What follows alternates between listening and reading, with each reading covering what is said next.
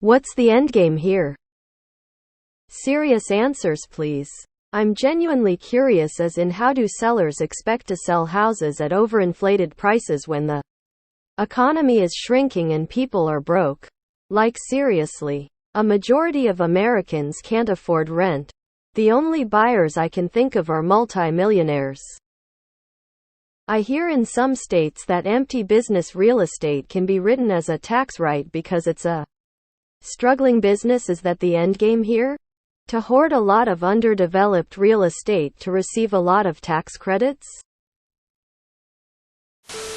What you're missing out is that they're selling to each other. The real estate transaction I've seen happening around me have been slowing to a crawl due to these contingent on sales clause. The fact that it's overinflated doesn't matter as much when you're trading like for like.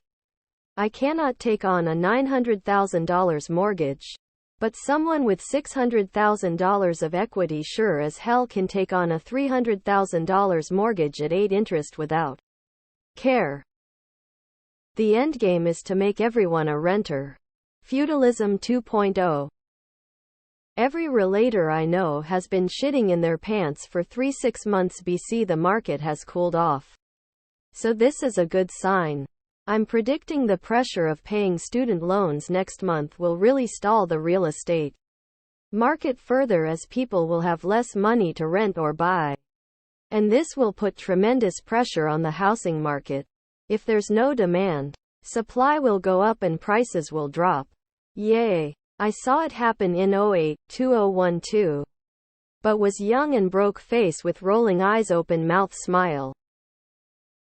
The end game is to make everyone rent. Isn't that obvious? Emo, the only concern is no bailouts. Most of them don't have a plan. They will likely diamond hands all the way down to bankruptcy. The good news is the lenders and MBS holders also don't have a plan and will likely also diamond hands the value all the way down to bankruptcy. Regards. Regards everywhere. UAW is on strike and there is concrete risk of a wage inflation spiral. So Fed rate goes up. When inflation and a tight job market impact homeowners, they will turn to equity-based adjustable rate loans. When the helix fail, houses will sell. Hopefully they will sell for enough to cover the outstanding HELOC balance. Airbnb attrition happens as new legislation makes it less profitable, opening up supply and putting downward pressure on price. People who have been augmenting static salaries with highly leveraged Ponzi schemes will be humbled. Holy shit. When did most of the population of a sub named REBUBBLE become people who don't think there's a real estate bubble? Either this sub is all troll farms now or Reddit's schadenfreude syndrome has reached peak saturation. It's a game of chicken at this point. People have diamond hands until they don't. You need to ask yourself if you are a contrarian and believe in mean reversion. Lastly, the endowment effect is very much in play here. Individuals place more value in what they own compared to what they don't. Modern feudalism is the desired endgame. If the market crashes, as a homeowner, why would I care? I am living in my house. My rate is around 2.75 and I don't plan to sell anytime soon. Now if I am looking to sell in the next year or two, I would be worried. I hope it leads to risk YIMBY victory. What's gonna happen is all the corporations are gonna crumble. Then all the CEOs are gonna get AIDS. Then anyone with more than $5K in savings are gonna magically get dick cancer. Then Jesus himself is gonna come down from the sky and make housing back to affordable prices. And guess what? You guys, you losers still won't buy homes. And will still be on here complaining all goddamn day. Sellers sell their homes for what they can get. The prices you see reflect recent activity for the most part. The market has been surprisingly resilient even with the significant rate hikes. There's still a lot of money out there.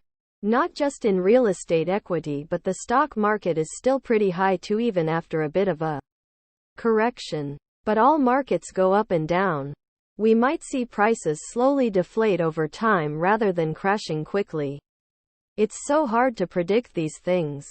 It's all connected. I think 2024 could be the year we see a real shift. I talked with a mortgage broker and a re-agent on Thursday. They're both pretty above board and don't do the "it's always a great time to buy" BS. Both were saying Q4 is gonna be a bloodbath. What? Dude, this isn't some coordinated thing. That's why this shit drags on. There's no endgame though. People will slowly be forced to sell at a loss. Shit will unwind. Cycle will continue. I've found a nice niche in Central Florida, building and selling homes in a cost-effective manner. I'm in the volume game, so I keep my prices in the $300,000 $375,000 range and everyone leaves happy. The end game is builders will run out of high-income individuals and will adjust down.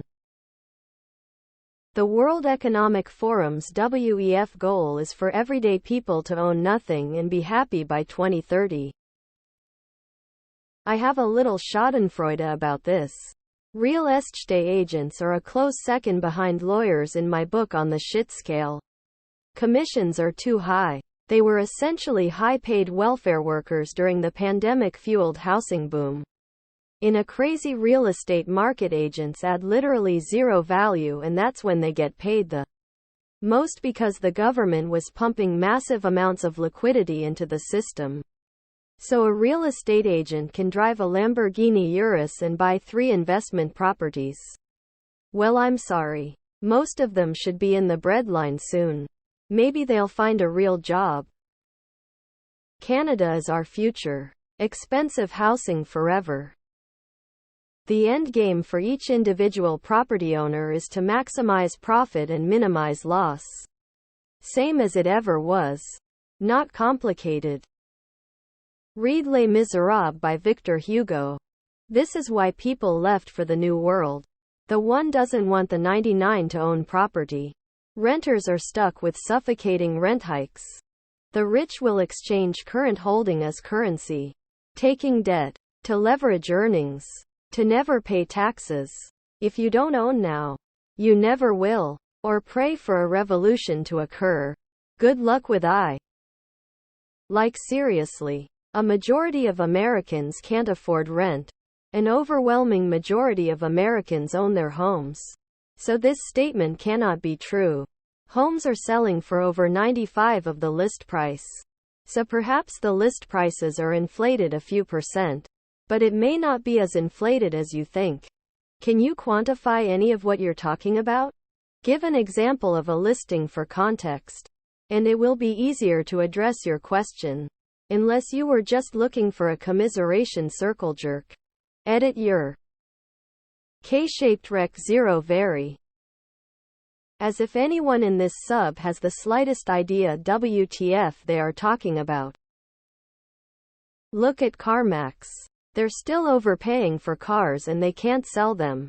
Their inventory of used cars is mounting. But are they lowering prices? No. They'd rather have them sit empty than condescend to drop the price even a nickel. You will own nothing and be happy. It's only been 1.5 years of elevated rates. This stuff takes time. 2008 didn't bottom until 2010, 2011. There's very little on the market and the situation right now is sort of uncharted territory. It's unclear whether people can get overinflated prices due to very low inventory. If they want to sell, some may be testing the waters. They may be looking for cash buyers who don't care about mortgage rates. It's not unrealistic for certain types of homes, for example, rental properties. Reversion to the mean. Just wait for it. Never fails. Op and their friends are broke, so everyone else must also be broke. 2/3 of American adults are homeowners. There's the answer to your question.